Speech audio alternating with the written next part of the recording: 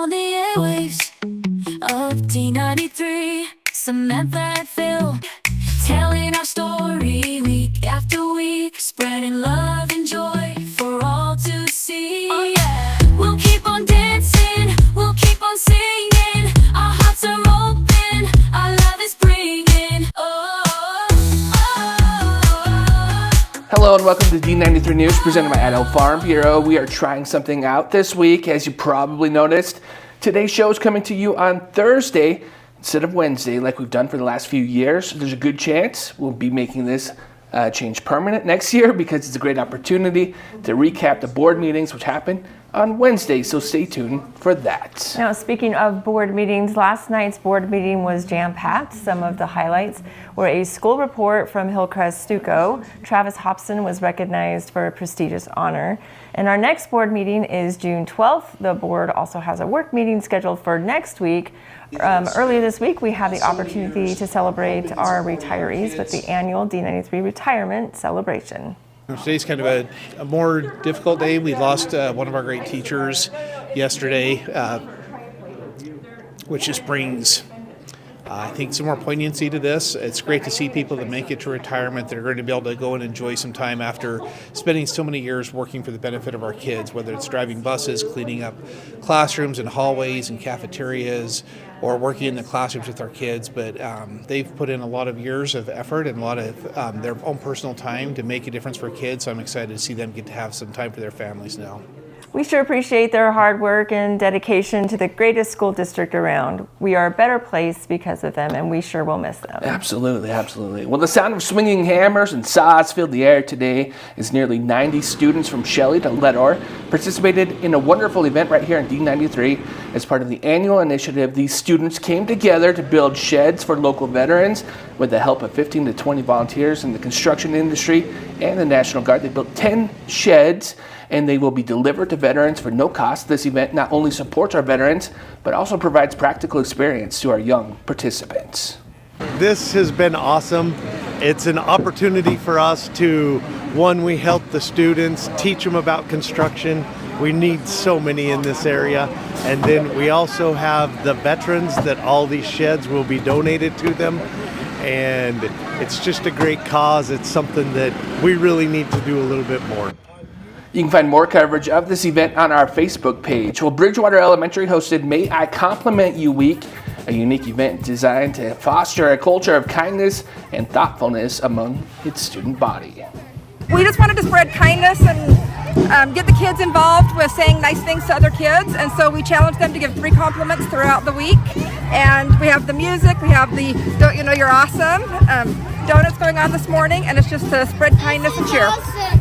I love that. Now here's an uplifting story about a librarian's dedication to enriching their community through literature. A librarian from Tiebreaker took the initiative to apply for a $5,000 grant dedicated to acquiring new books. The grant application was submitted to the Idaho Commission for Libraries, reflecting the librarian's commitment to supporting the D93 cornerstone of literacy and learning.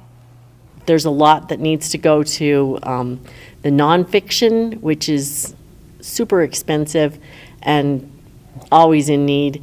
And so I'm really excited. That's what we're going to do. We're going to spend a lot on the early years, try and get kids hooked on books as early as we can, and a lot of nonfiction. Now, from reading and learning to another D93 cornerstone, teamwork. Has taken a lot of teamwork in our community to get a stadium at Hillcrest. San Galfan from Local News 8 has an update on the progress being made at Westmark Stadium. It's all about the experiences they have with their families when they come out here, whether it's with Great Kid and there's 50 people, or whether they're playing catch out here and there's 2. Hillcrest High School is one of the largest in Idaho, but it shared a stadium with Bonneville High School 5 miles away for its entire 32-year history. That'll change this fall. I not only got a tour of the soon-to-be-complete Westmark Stadium, but I learned why it's so important for the city of Emmon. Hillcrest AD Larry Stocking is the man behind the stadium. This has been a little over a 4-year journey for me. Few schools have $3 million sitting around, so Stocking courted private donors and corporate sponsors. And this location was key for us to be able to even do this stadium. because the amount of traffic that goes by on Sunnyside Road here was very appealing to all of our donors and sponsors. When I talk to people who aren't involved in sports, the first thing they always ask is, why do sports get so much money? Well, I think it's because in the city of Ammon, those that live over here on this side, we don't have anything here that's kind of a community gathering place. So this 4,000-seat stadium is meant to be an experience. It actually will have a big red H in the middle that you'll be able to see from the distance. This area right here is for concession trucks. So we have agreements with 12 food trucks and concession people that will come in and park. This is the touch panel that controls all the lighting system. We can do variation of 600 light combinations. The field, of course, remains the focal point. This actually has a concussion pad underneath that will pass a 6-foot concussion test. So it's one of the safest fields that you could have. Similar to places like University of Montana, LSU, we have about the same distance from the fans to the field, so the fan experience is going to be great. But even unfinished, Westmark Stadium is already paying dividends. The other night I turned the lights on Friday and I just sat off in my truck enjoying and getting a little misty because it's been a long journey. A lot of people said we couldn't do it, and we're very close to getting it done.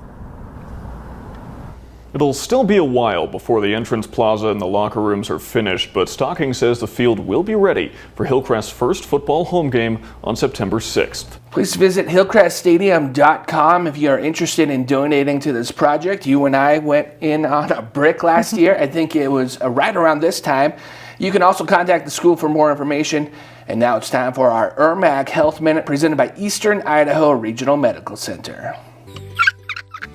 Hi, today I would like to talk to you about stuttering. Stuttering is also known as stammering or disfluencies, and essentially what these are is how smooth the speech is produced. The reason why it's a concern is in children we often find that around ages 2 to 6 stuttering can be prevalent, and if they grow out of it before then it's not as much of a concern. If it starts after age 3.5 and it's lasting more than 6 months, typically your child is going to have a harder time just growing out of it on their own. One important thing to know is everybody has disfluencies, whether it's a short pause or needing to start over. That's very typical.